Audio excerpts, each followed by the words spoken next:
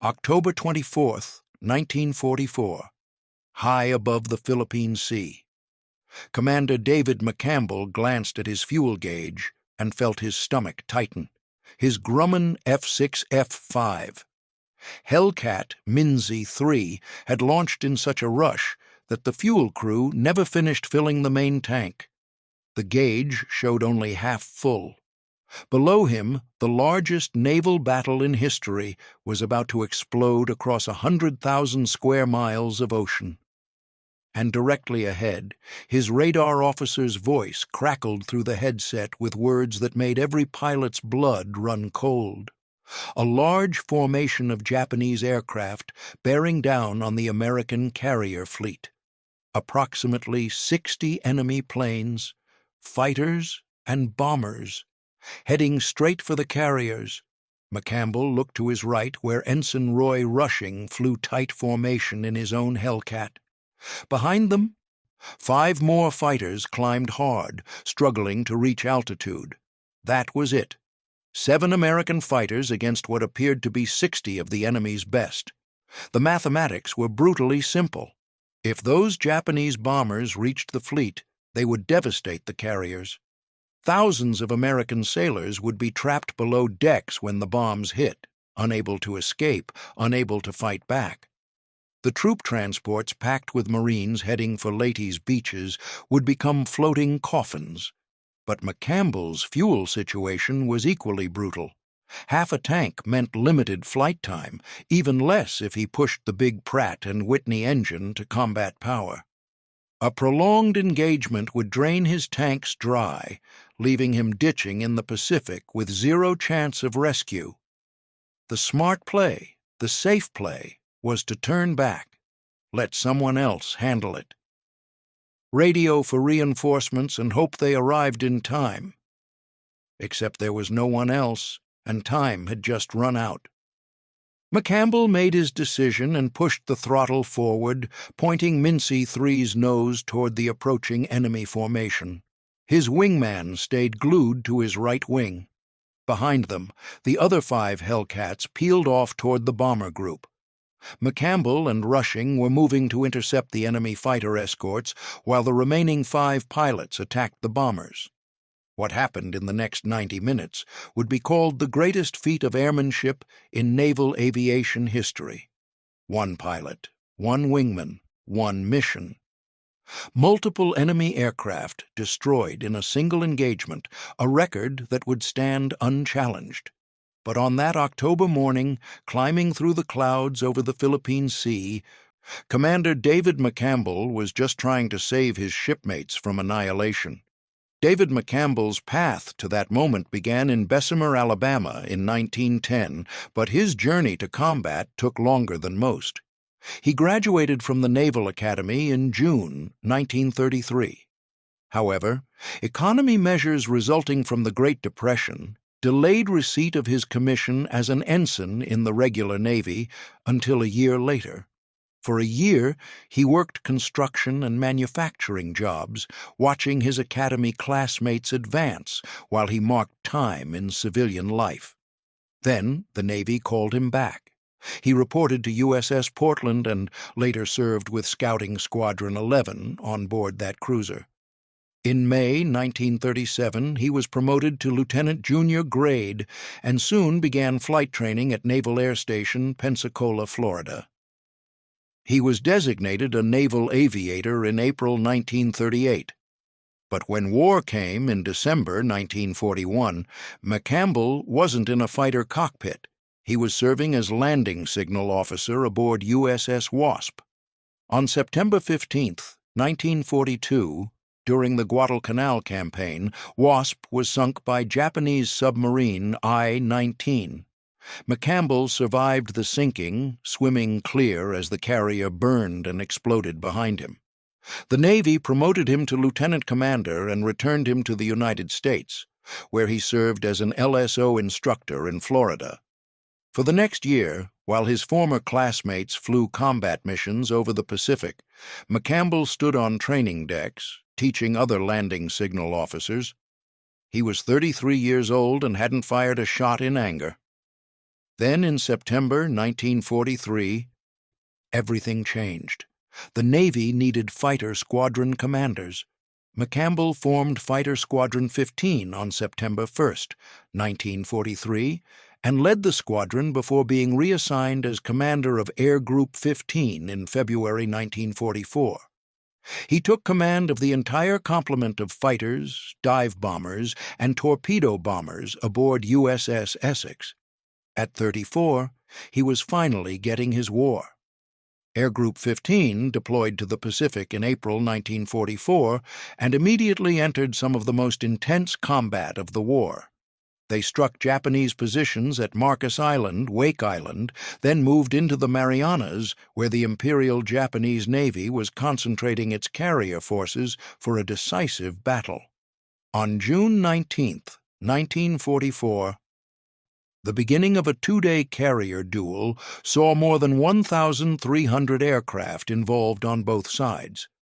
What pilots would call the Marianas Turkey Shoot was about to begin. An inbound flight of 109 Japanese Jill torpedo bombers, Judy dive bombers, and Zeke fighters was met by McCampbell and only 10 other Fighter Squadron 15 Hellcats. Undeterred by the numbers, the 11 American fighters pushed over and set upon their quarry. McCampbell led his fighters into the formation and began systematically destroying enemy aircraft. He shot down 5 Yokosuka D-4Y Judy dive bombers during this engagement, becoming an ace in a day. Later that afternoon, during a second sortie, he downed 2 more Mitsubishi A-6M Zeros over Guam. 7 enemy aircraft destroyed in one day. It was a performance that earned him immediate recognition, but what nobody knew was that McCampbell was just getting started. Over the next 4 months, he refined his tactics, studied enemy behavior, and became intimately familiar with the Hellcats' capabilities. He flew multiple aircraft as they were damaged and replaced. First Monsoon Maiden, an F6F that took enemy damage in May and was pushed into the sea by the flight deck crew. Then the Mincy, named after a creek near his Pennsylvania boyhood home. Then Mincy II. And finally, Mincy III, which would carry him into legend. By October 1944, McCampbell had accumulated over 20 victories, making him one of the Navy's top aces. But more importantly, he had developed an almost supernatural understanding of air combat. He knew exactly how to position himself for attack. He knew how to manage ammunition, fuel, and energy in combat, conserving resources while maintaining aggression. His pilots respected him because he never asked them to do anything he wouldn't do himself. He led from the front, always first into combat, always last to break off. Now, climbing high above the Philippine Sea with Ensign Roy rushing on his wing, all of that experience was about to be tested against overwhelming odds. The Japanese formation appeared ahead, approximately 60 aircraft heading for the ships of Third Fleet. McCampbell could see fighters stacked in layers and bombers flying lower, wallowing under heavy loads intended for American carriers. Standard Japanese doctrine was to overwhelm American combat air patrols with superior numbers, break through the fighter screen, and deliver knockout blows against the flat tops. The Japanese pilots approaching the fleet that morning expected their numbers to carry the day. What they didn't expect was David McCampbell. He and Rushing climbed high, positioning themselves above the highest enemy fighters. The altitude advantage was everything in air combat. The higher fighter could choose when and how to engage.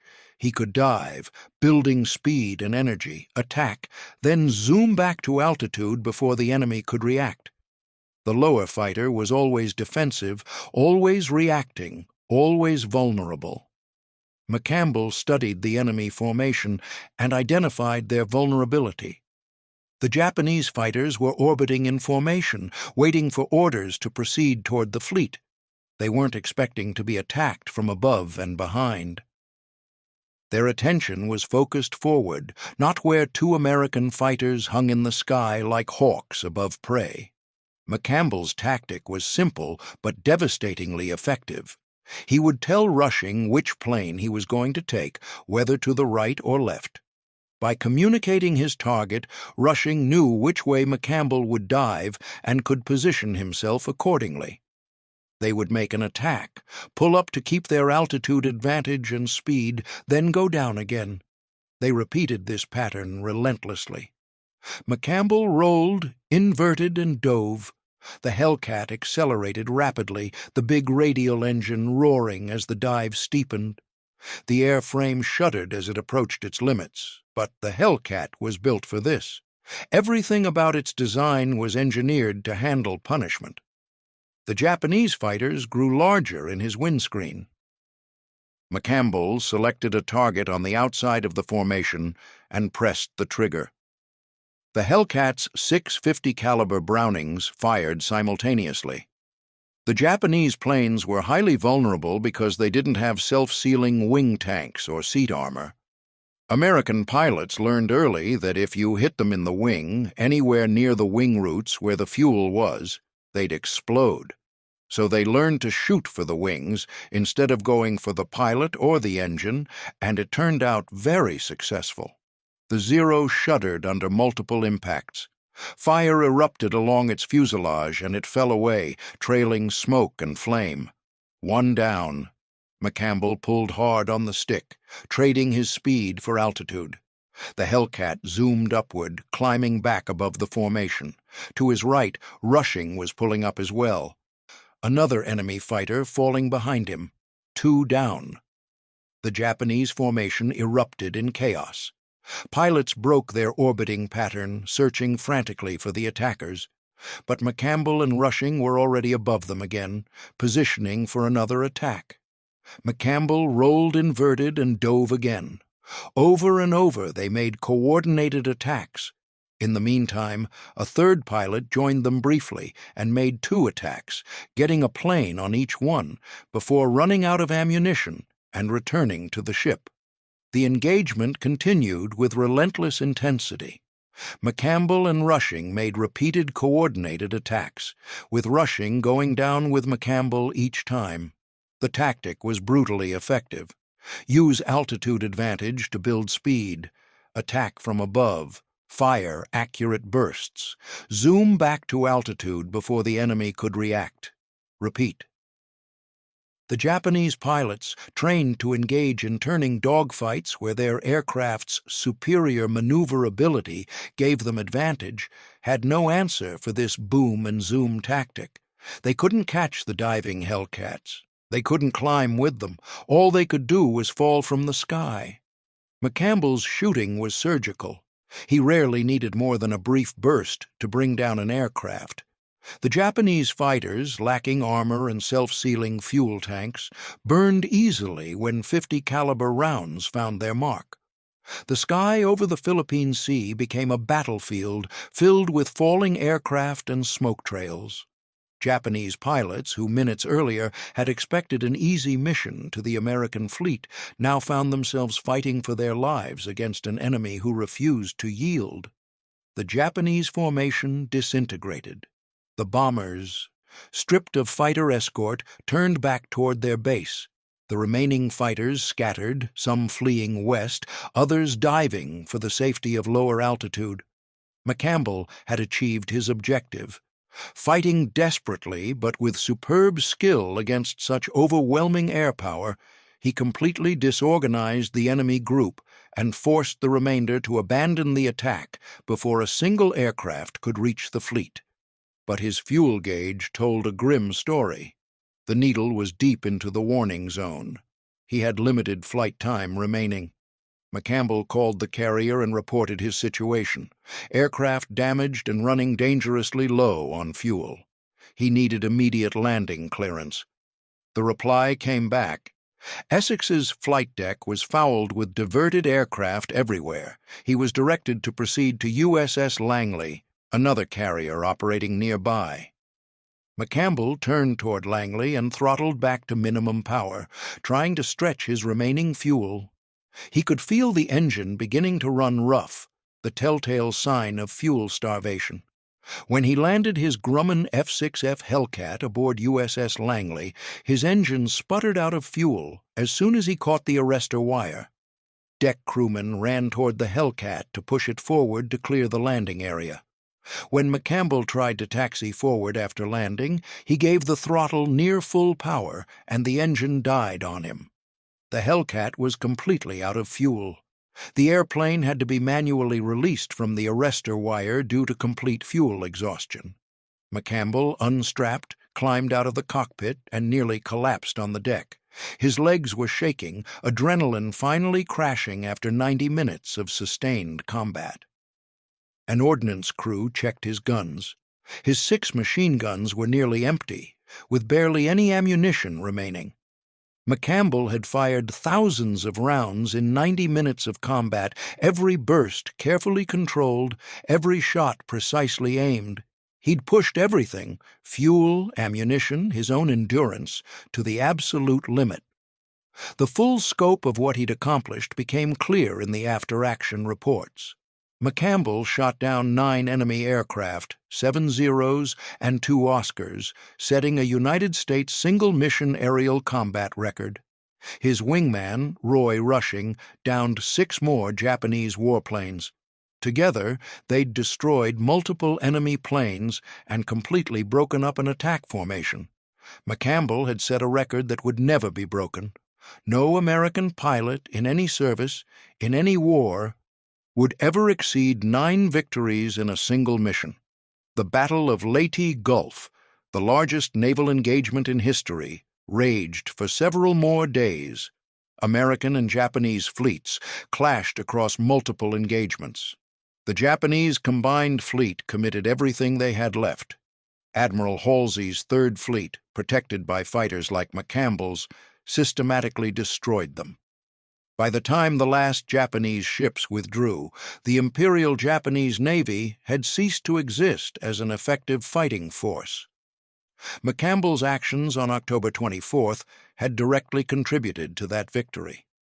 If those 60 Japanese aircraft had reached the fleet, if they'd succeeded in attacking the American carriers, the entire Leyte operation might have been jeopardized.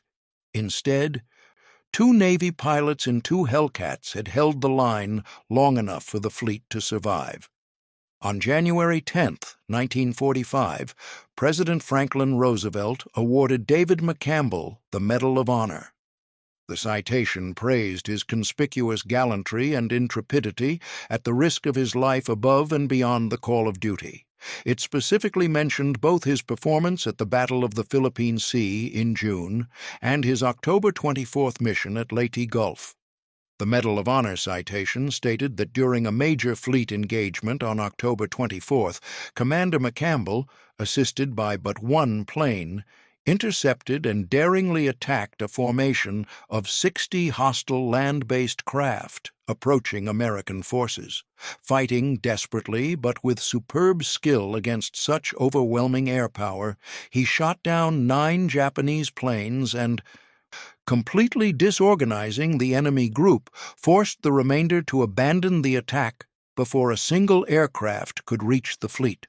McCampbell's mother attended the ceremony and pinned the medal on her son's uniform. Photographers captured the moment. The newspapers ran stories about the Navy's ace of aces, the commander who'd shot down 34 enemy aircraft, more than any other Navy pilot in the war. But McCampbell remained characteristically humble. When reporters asked him about the October 24th mission, he would later recall that he simply kept shooting. His wingman deserved equal credit. The Hellcat was a magnificent aircraft. Air Group 15 returned to the United States in November 1944 after more than 6 months of continuous combat. During that time, Air Group 15 destroyed more enemy planes, 315 airborne and 348 on the ground, and sank more enemy shipping than any other air group in the Pacific War. McCampbell finished the war with 34 confirmed aerial victories, making him the Navy's all-time leading ace.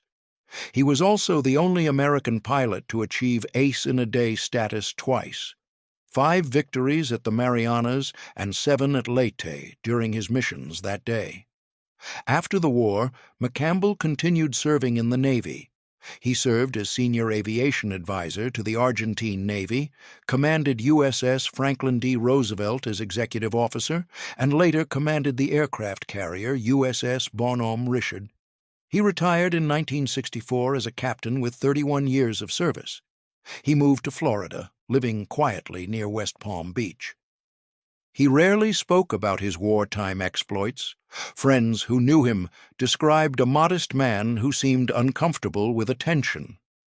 When aviation historians tracked him down decades later, McCampbell was reluctant to discuss his combat record. He downplayed his achievements, redirecting credit to his wingman, his squadron mates, and the ground crews who maintained the aircraft. But the numbers told their own story.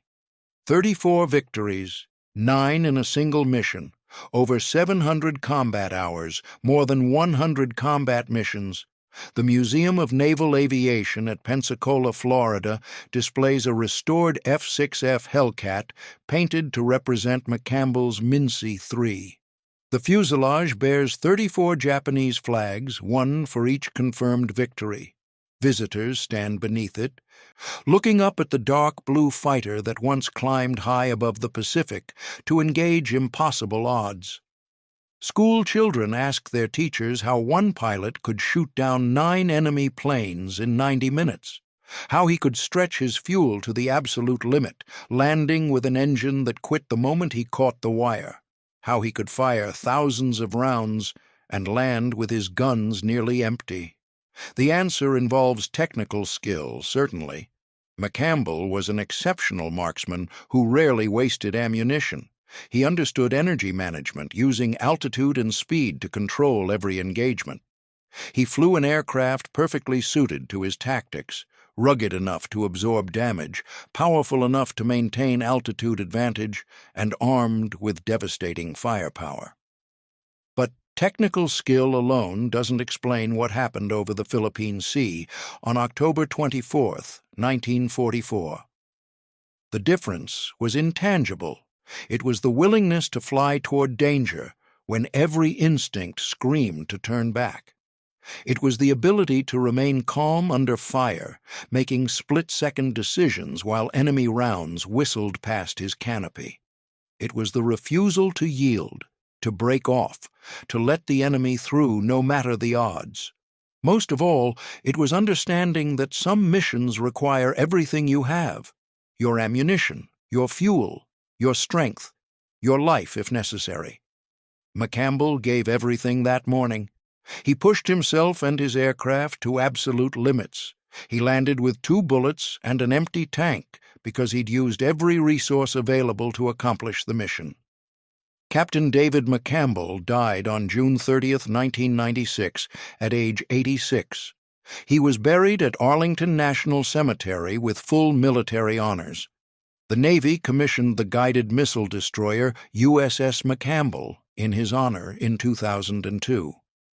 Today, military aviation schools teach the October 24th mission as a case study in combat decision-making. They analyze McCampbell's tactics, his fuel management, his ability to maintain altitude advantage throughout the engagement. They study how he used his wingman effectively, coordinating attacks to maximize efficiency. They examine how he identified and exploited enemy weaknesses, breaking a formation through aggressive action rather than defensive posturing. But the most important lesson has nothing to do with tactics or aircraft performance. It's about the choice McCampbell made when radar called out approximately 60 enemy aircraft and his fuel gauge read half full. He could have turned back. He had a legitimate reason. No one would have blamed him. Instead, he pushed his throttle forward and flew toward the enemy because American sailors needed someone to stand between them and annihilation. That choice, made in seconds under pressure, defined David McCampbell's legacy. He was the Navy's ace of aces, not because he had the best aircraft or the most opportunities, but because when the moment came, when everything was on the line, he refused to yield. 7 fighters against 60, half a tank of fuel, 90 minutes of sustained combat, 9 enemy aircraft destroyed, multiple additional planes downed by his wingman, 1 formation broken, 1 fleet saved. 1 mission completed despite impossible odds. And when it was over, when he climbed out of his Hellcat on Langley's flight deck with nearly empty guns and an empty tank, David McCampbell simply prepared for his next mission. Because that's what aces do. They fly toward danger when others turn back. They hold the line when the line seems impossible to hold. They give everything they have because the mission demands nothing less. The record he set that day, 9 victories in a single mission, still stands. It will likely stand forever. No pilot has matched it in the decades since. No pilot may ever match it again. But records matter less than the reason behind them. David McCampbell flew toward approximately 60 enemy aircraft with half a tank of fuel because American lives depended on him. He stayed in the fight until his guns were nearly empty and his tanks were dry because the alternative was unacceptable. That's not just a record. That's heroism in its purest form. And that's why, 80 years later, we still tell his story. And that's the end of today's story. If you were amazed by Commander McCampbell's daring mission, subscribe for more incredible World War II stories, hit the like button, and leave a comment telling us which legendary ace or battle we should cover next. Don't let history pass you by. Join us for the next mission.